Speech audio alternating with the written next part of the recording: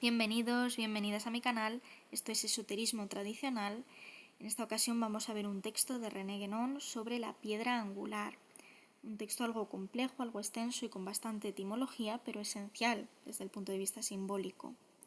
Agradecer a los nuevos suscriptores que os habéis sumado al canal, a todos los que ya estabais aquí y un especial agradecimiento a todos los que apoyáis al canal y lo hacéis posible.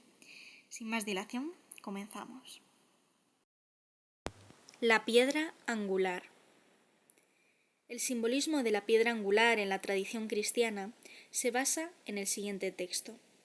La piedra que los constructores habían rechazado se ha convertido en piedra angular, literalmente en cabeza de ángulo.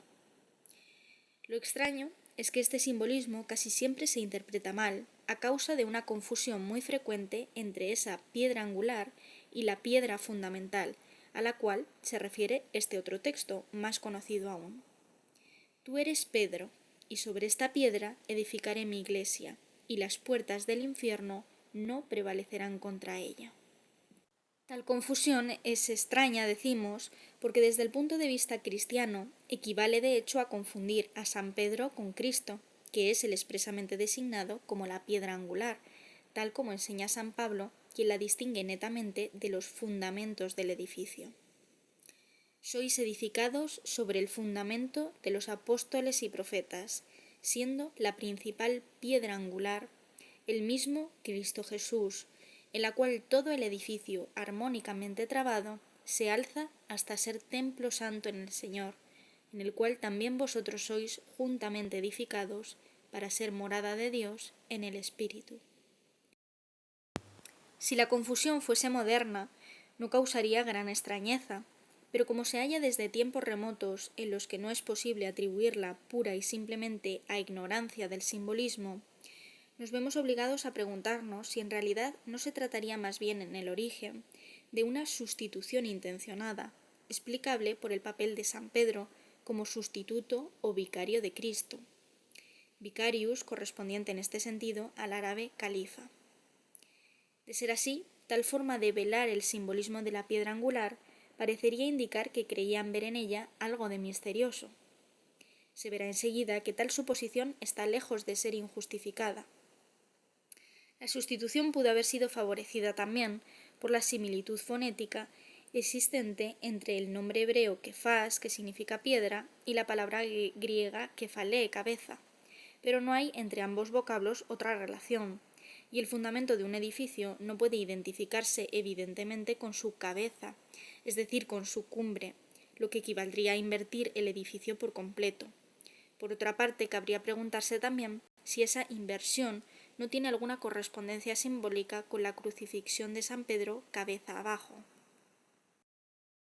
Sea como fuere, y atendiéndonos a la lógica, identificar las dos piedras es imposible si se examinan con detenimiento los textos citados. La piedra fundamental es aquella que se coloca primero, al comenzar la construcción de un edificio, y por eso se la llama también primera piedra. Esta piedra debe situarse en el ángulo nordeste del edificio. Cabe distinguir en el simbolismo de San Pedro varios aspectos o funciones a las cuales corresponden situaciones diferentes. Pues en cuanto a Janitor, su lugar está en Occidente, donde se encuentra la entrada de toda iglesia orientada regularmente. Es más, San Pedro y San Pablo son también considerados las dos columnas de la iglesia, y llevan entonces como atributos uno las llaves y el otro la espada, en la actitud de dos varapalas. ¿Cómo pues podría ser rechazada mientras dura la construcción? Para que esto pueda ocurrir, es necesario que la piedra angular sea tal que no pueda encontrar aún su ubicación. En efecto, según veremos, no puede encontrarla más que al acabarse el edificio. Entonces es cuando se convierte realmente en cabeza de ángulo. En el artículo ya señalado, Ananda Coomaraswamy destaca que la intención del texto de San Pablo es representar a Cristo como el único principio del cual depende todo el edificio de la Iglesia, y agrega que el principio de una cosa no es ni una de sus partes entre las restantes, ni la totalidad de sus partes, sino aquello en que reduce todas las partes a una unidad sin composición. La piedra fundamental, foundation stone, puede ser llamada adecuadamente piedra de ángulo, cornerstone, como habitualmente se hace al estar situada en un ángulo o en una esquina del edificio. En este estudio nos veremos obligados a referirnos a menudo a los términos técnicos ingleses, porque pertenecientes primitivamente al lenguaje de la antigua masonería operativa, han sido conservados en su mayoría en los rituales de la Royal Ark Masonry y de los grados accesorios vinculados con ella, rituales de los que no existe equivalente en nuestra lengua, y se verá que algunos de estos términos son de traducción muy difícil. Pero la piedra de ángulo no es única, pues el edificio tiene necesariamente 4 ángulos. Si se quiere hablar de la primera piedra, esta no difiere en nada de las piedras basales de los demás ángulos, salvo por su situación. Según el ritual operativo, esta primera piedra es, ya lo hemos dicho, la del ángulo nordeste. Las piedras de los otros ángulos se colocan posterior y sucesivamente según el sentido del curso aparente del Sol, es decir, en este orden: sudeste, suroeste, noroeste. Podría decirse que una cualquiera de las 4 cornerstones refleja, en cierto modo, el principio dominante del edificio, pero no podría de ninguna manera ser considerada ese principio mismo. Ahora bien, si realmente se tratara de esto, ni siquiera podría hablarse lógicamente de la piedra angular, pues de hecho habría 4. Lógicamente estamos ante algo esencialmente diferente de la cornerstone, entendida en el sentido corriente de piedra fundamental, donde ambas tienen en común solamente el carácter de pertenecer al mismo simbolismo arquitectónico. Acabamos de aludir a la forma de la piedra angular, y en efecto constituye un punto particularmente importante, porque esta piedra tiene una forma especial y única, que la diferencia de todas las demás. No solo no puede encontrar su lugar en el curso de la construcción, sino que ni los albañiles conocen cuál es su destino. Si lo supieran, es evidente que no la rechazarían y la reservarían hasta el final. Pero se preguntan, ¿qué hacemos con esta piedra?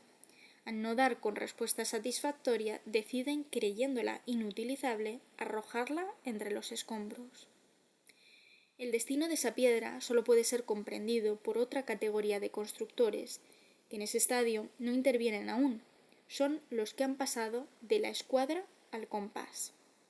En esta expresión se encierran las formas geométricas susceptibles de ser trazadas por estos instrumentos, es decir, la forma cuadrada y la circular, que generalmente simbolizan, como sabemos, la tierra y el cielo. La forma cuadrada corresponde a la base del edificio y la circular a su parte superior, que en este caso debe ser constituida por un domo o una bóveda. Esta distinción es, en otros términos, la de la Square Masonry y la Arc Masonry, que con sus respectivas relaciones con la tierra y el cielo, o con las partes del edificio que la representan, están puestas aquí en correspondencia con los pequeños misterios y los grandes misterios respectivamente. En efecto, la piedra angular es real y verdaderamente una clave de bóveda, keystone.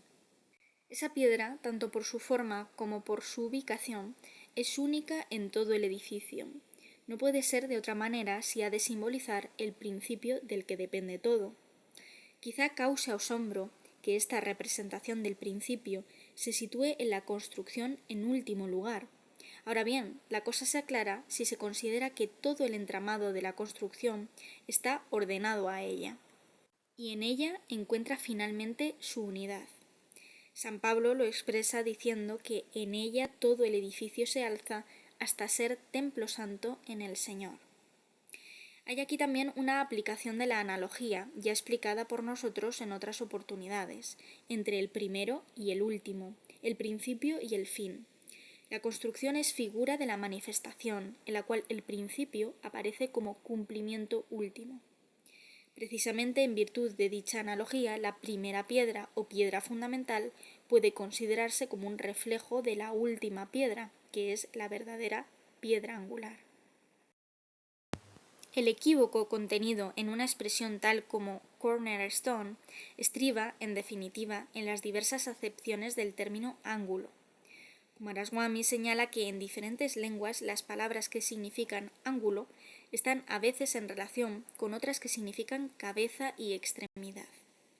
En griego, kephale, cabeza, y en arquitectura capitel, capitulum, diminutivo de caput. No puede aplicarse sino a lo más alto, pero acros, sánscrito agra, puede indicar un extremo en cualquier dimensión, es decir, en el caso de un edificio, esta palabra designa ora lo más alto, ora cualquiera de los 4 ángulos o esquinas.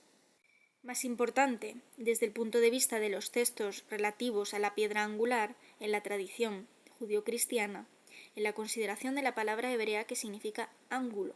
Esa palabra es piná, y se encuentra en las expresiones eben piná, piedra angular, y rosh piná, cabeza de ángulo. Es significativo que, en sentido figurado, la misma palabra se emplea para significar jefe, una expresión que designa a los jefes del pueblo, está literalmente traducida en la Vulgata por anguli populoro. Un jefe o caudillo es etimológicamente el cabeza, caput, y piná se relaciona por su raíz con faz. La estrecha relación entre las ideas de cabeza y de faz es evidente. Además, el término faz pertenece a un simbolismo muy difundido que merecería un estudio aparte. Por ejemplo, la expresión caras de la tierra, empleada en las islas Fiji para designar a los jefes. La palabra griega karai servía en los primeros siglos del cristianismo para designar las 5 caras o cabezas de la Iglesia, es decir, los 5 patriarcados principales, cuyas iniciales reunidas formaban precisamente esa palabra: Constantinopla, Alejandría, Roma, Antioquía, Jerusalén. En conexión con todo esto está también la idea de punta, que se encuentra en el sánscrito agra, el griego akros, el latín hacer y hacías. Ya hemos hablado del simbolismo de las puntas con motivo de las armas y los cuernos. Cabe advertir que la palabra inglesa corner es evidentemente un derivado de la palabra francesa cuerno. Y hemos visto cómo atañe a la idea de extremidad, y más en concreto a la de extremidad superior, es decir, al punto más elevado o sumidad. Todas estas relaciones vienen a confirmar lo dicho acerca de la ubicación de la piedra angular en la cumbre del edificio, aun si hay otras piedras angulares en el sentido más general de la expresión. Solo aquella es en realidad la piedra angular por antonomasia. En este sentido, las 4 piedras angulares no existen solamente en la base, sino también en un nivel cualquiera de la construcción. Esas piedras poseen una forma común, rectilínea y rectangular, es decir, talladas, pues la palabra square tiene la doble acepción de escuadra y de cuadrado, contrariamente a lo que ocurre con keystone, de sentido unívoco. Encontramos otros matices interesantes en las distintas acepciones de la palabra árabe para esquina.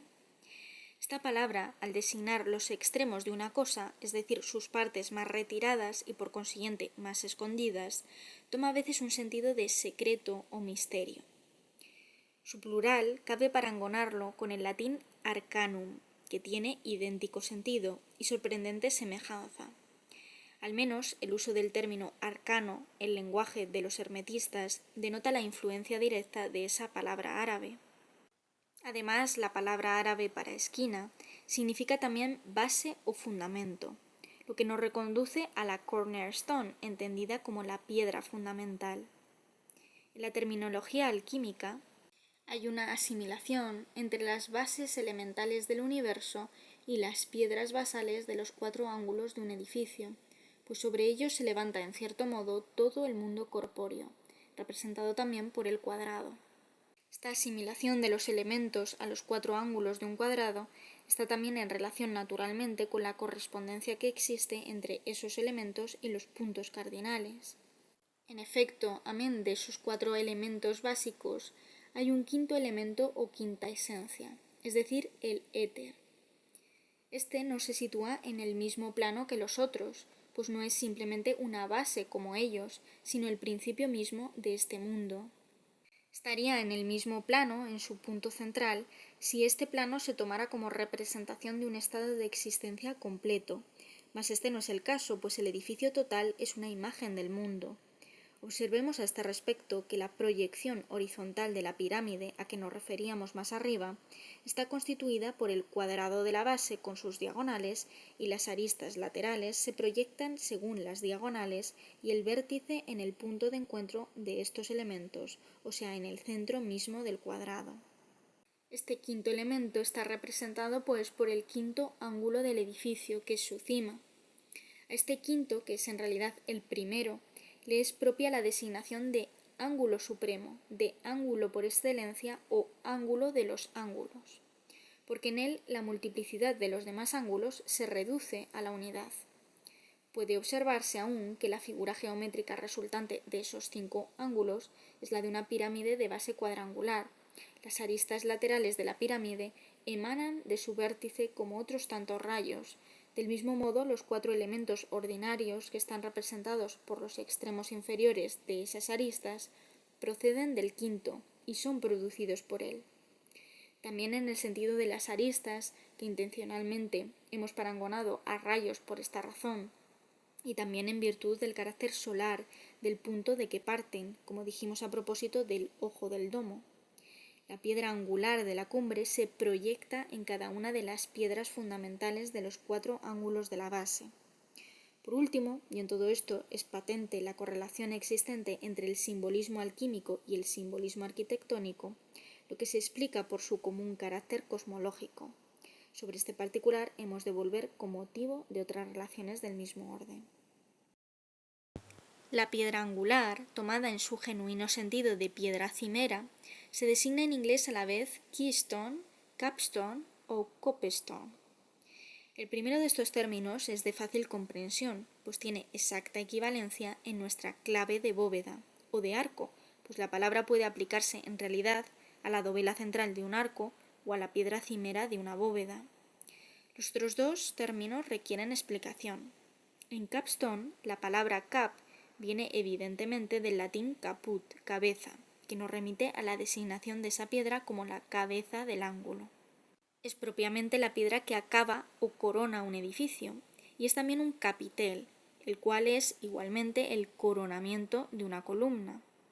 El término coronamiento ha de relacionarse aquí con el nombre de la coronilla, en razón de la asimilación simbólica que hemos señalado anteriormente entre el ojo de la cúpula y el Brahmarandra. Ya sabemos que la corona, como los cuernos, expresa esencialmente la idea de elevación. Cabe notar también a este respecto que el juramento del grado de Royal Ark contiene una alusión a la coronilla craneal, la cual sugiere una relación entre la apertura de ésta, como en los ritos de trepanación póstuma, y el acto de quitar la keystone. Por otro lado, las llamadas penalidades formuladas en los juramentos de los diferentes grados masónicos, así como los signos correspondientes, se refieren en realidad a los diversos centros sutiles del ser humano. Acabamos de hablar de acabamiento y emparentadas con esta las palabras cap y cabeza o cabecera son en efecto etimológicamente idénticas.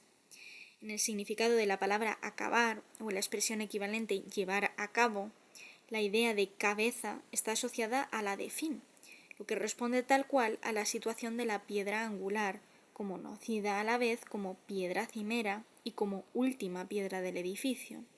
Mencionaremos aún otro término de la familia de cabeza o de testa. Se denomina cabecera o testero de una iglesia.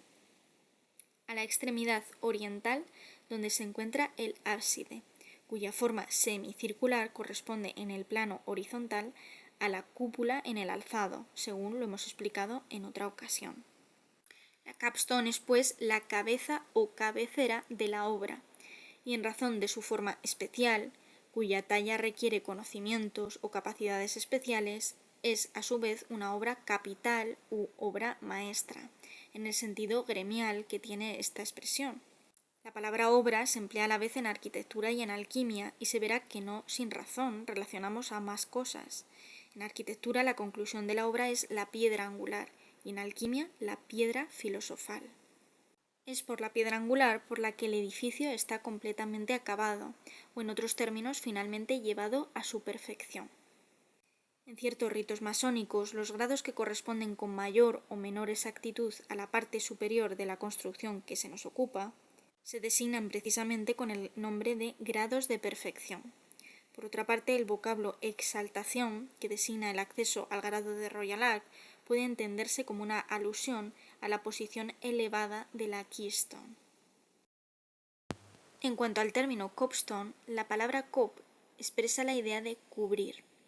Esto se explica no solo porque la parte superior del edificio es propiamente su cubierta, sino también y sobre todo porque esa piedra se coloca de modo que cubra el vano de la sumidad, es decir, el ojo del domo o de la bóveda, del que ya hemos hablado. Para la colocación de esta piedra se encuentra la expresión to bring forth the copestone, cuyo sentido es también bastante oscuro a primera vista. To bring forth significa literalmente producir, en el sentido etimológico del latín producere o poner al día. Como la piedra ha sido retirada anteriormente durante la construcción, no puede tratarse del día de la conclusión de la obra, de su producción en el sentido de una confección. Pero como ha sido arrojada entre los escombros, se trata de volver a sacarla a la luz para colocarla en un lugar visible, en la sumidad del edificio, de modo que se convierta en cabeza del ángulo. Kumaraswamy añade que esa piedra puede considerarse como la terminación superior o el capitel del pilar axial.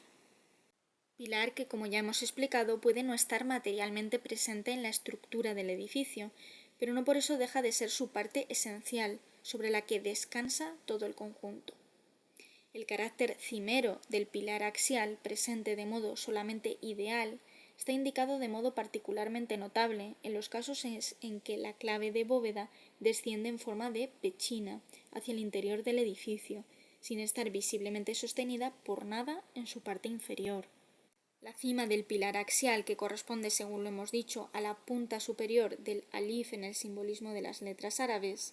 Recordemos asimismo, a propósito de los términos keystone y clave de bóveda, que el simbolismo de la clave o llave tiene igualmente significado axial.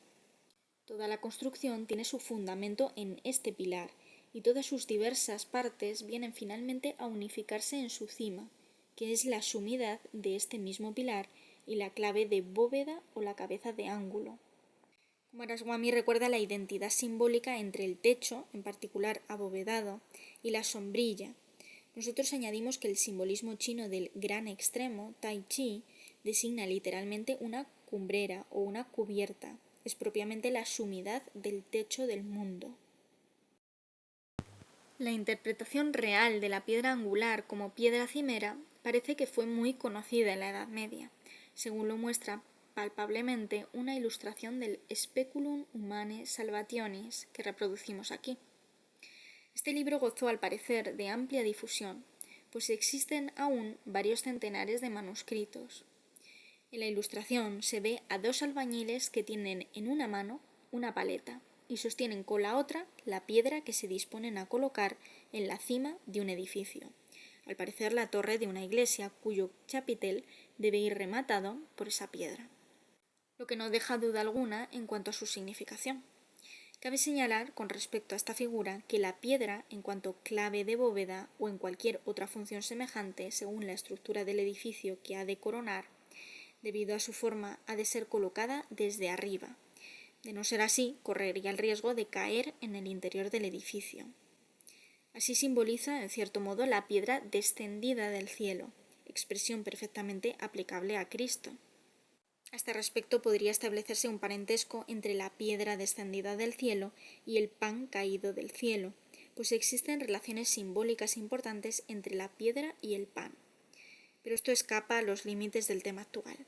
En todos los casos, el descenso del cielo representa naturalmente el avatarana.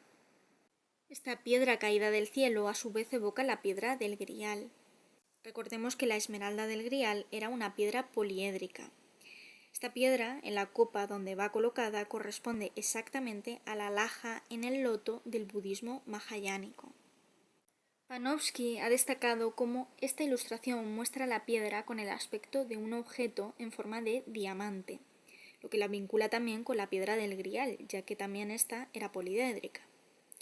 Esta cuestión merece un examen más minucioso, pues aunque no es el caso más general, se vincula con aspectos del complejo simbólico de la piedra angular, distintos de los que hasta ahora hemos estudiado, y no hemos tenido tiempo para destacar sus vínculos con el conjunto del simbolismo tradicional. Antes de abordarlo, hay que aclarar una cuestión secundaria. Acabamos de decir que la piedra cimera puede no ser una clave de bóveda en todos los casos, y en efecto, solo lo es cuando la construcción va rematada en cúpula. En los demás casos, por ejemplo el de un edificio coronado por un techo en punta o en forma de tienda, no deja de haber una última piedra que desempeña el mismo papel que la clave de bóveda y por consiguiente, desde el punto de vista simbólico, aunque no quepa designarla con este nombre, le corresponde idéntico significado.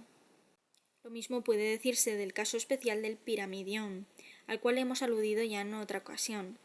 Debe quedar bien claro que en el simbolismo arquitectónico medieval, que se apoya en la tradición judio-cristiana y en la construcción del Templo de Salomón como su prototipo, se constata que la piedra angular es una clave de bóveda. Las leyendas del compañerazgo en todas sus ramas dan fe de ello, así como las supervivencias propias de la antigua masonería operativa que hemos considerado aquí. Si la forma exacta del Templo de Salomón es motivo de discusiones desde el punto de vista histórico, lo que sí es seguro es que no tenía forma piramidal. Estos hechos hay que tenerlos en cuenta en la interpretación de los textos bíblicos referentes a la piedra angular. Así pues, no podría tratarse de ningún modo, como algunos pretenden, de una alusión a un incidente ocurrido durante la construcción de la Gran Pirámide, y con motivo del cual ésta habría quedado inacabada. Es una hipótesis de por sí muy dudosa y una cuestión histórica probablemente insoluble.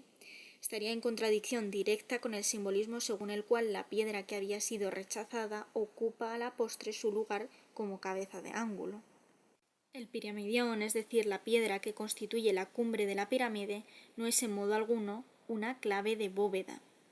No por eso deja de ser el coronamiento del edificio, y cabe señalar que reproduce en pequeño su forma íntegra, como si todo el conjunto de la estructura estuviera así sintetizado en esa piedra única. La expresión cabeza de ángulo en sentido literal le es adecuada, así como el sentido figurado del nombre hebreo del ángulo para designar el jefe o cabeza, tanto más cuanto que la pirámide, partiendo de la multiplicidad de la base para culminar gradualmente en la unidad de la cúspide, se toma a menudo como el símbolo de una jerarquía. Por otra parte, conforme a lo explicado anteriormente acerca del vértice y de los 4 ángulos de la base en conexión con el significado de la palabra árabe, no está de más decir que la forma de la pirámide está implícita en toda estructura arquitectónica. El simbolismo solar de esta forma se halla aún más patente en el piramidión, tal como lo muestran varios hallazgos arqueológicos citados por Coomaraswamy. Punto central o el vértice correspondiente al Sol y las 4 caras, cada una comprendida entre 2 rayos que delimitan el ámbito representado por ella. Corresponden a otros tantos aspectos secundarios del Sol en relación con los 4 puntos cardinales hacia los cuales se orientan respectivamente las 4 caras. Con todo, no es menos cierto que el piramidión constituye un caso particular de piedra angular y solo la representa en una forma tradicional especial, la de los antiguos egipcios. Para responder al simbolismo judio-cristiano de dicha piedra, que pertenece a otra forma tradicional distinta, le falta un carácter esencial, a saber, el de clave de bóveda. Dicho esto, retomamos el punto de la piedra angular en forma de diamante. Ananda Coomaraswamy, en el artículo citado, parte de una observación sobre el término alemán Eckstein, que significa tanto piedra angular como diamante. El doble sentido de la palabra se explica verosímilmente desde el punto de vista etimológico, por el hecho de que puede entenderse como piedra de ángulo y como piedra angulosa, esto es poliédrica. Mas esta explicación nada quita, por supuesto, al valor de la relación simbólica indicada por la reunión de ambos significados en la misma palabra. Nos recuerda después los sentidos simbólicos del Baghra, que hemos considerado ya en diversas ocasiones. La piedra o el metal considerado a la sazón más duro y brillante ha sido tomado en diferentes tradiciones como símbolo de indestructibilidad, invulnerabilidad, estabilidad, luz e inmortalidad. Estas cualidades se atribuyen muy a menudo y en particular al diamante. La idea de indestructibilidad o de indivisibilidad, estrechamente interrelacionadas y expresadas en sánscrito por la misma palabra, askara, son aplicables evidentemente a la piedra que representa el principio único del edificio, pues la unidad verdadera es indivisible por esencia. La de estabilidad, que en arquitectura se aplica propiamente a un pilar, conviene por igual a esa misma piedra considerada como el capitel del pilar axial, que a su vez simboliza el eje del mundo. Este, descrito por Platón como un eje de diamante, es también un pilar de luz, como símbolo de Agni y como rayo solar. Con mayor razón, esta última cualidad se aplica eminentemente a su coronamiento, que representa la fuente de la que emana en cuanto rayo luminoso. El diamante no tallado tiene naturalmente 8 ángulos, y el cipo sacrificial debe de ser tallado en 8 ángulos, para acomodarle al vajra, que se entiende aquí a su vez con el sentido de rayo. En el simbolismo hindú y budista, todo cuanto tiene un significado central o axial está generalmente asimilado al diamante, por ejemplo en expresiones como Vajrasana, trono de diamante. Es fácil captar que todas estas asociaciones forman parte de una tradición que puede llamarse verdaderamente universal. Es más, el diamante es la piedra preciosa por excelencia, piedra preciosa, que es también un símbolo de Cristo, que se identifica así a su otro símbolo, la piedra angular, o si se prefiere, ambos símbolos están reunidos en uno. Podría decirse entonces que esa piedra, en cuanto representa una perfección o un cumplimiento, es, en el lenguaje de la tradición hindú, un Chintamani, que la alquimia de Occidente equivale a la piedra filosofal. Desde el punto de vista arquitectónico, es la piedra de la realización del plan del arquitecto. Desde el punto de vista alquímico, es la perfección o fin último de la gran obra, y hay exacta correspondencia entre uno y otro. A su vez, el diamante entre las piedras y el oro entre los metales son lo más precioso, y tienen además un carácter luminoso y solar. Pero el diamante, al igual que la piedra filosofal a la cual se asimila, se considera como más precioso aún que el oro. Es significativo a este respecto que los hermetistas cristianos hablen a menudo de Cristo como la verdadera piedra filosofal, no menos que como la piedra angular. Para finalizar este largo e incompleto capítulo, dado que el tema es casi inagotable, permítasenos una observación de alcance muy general.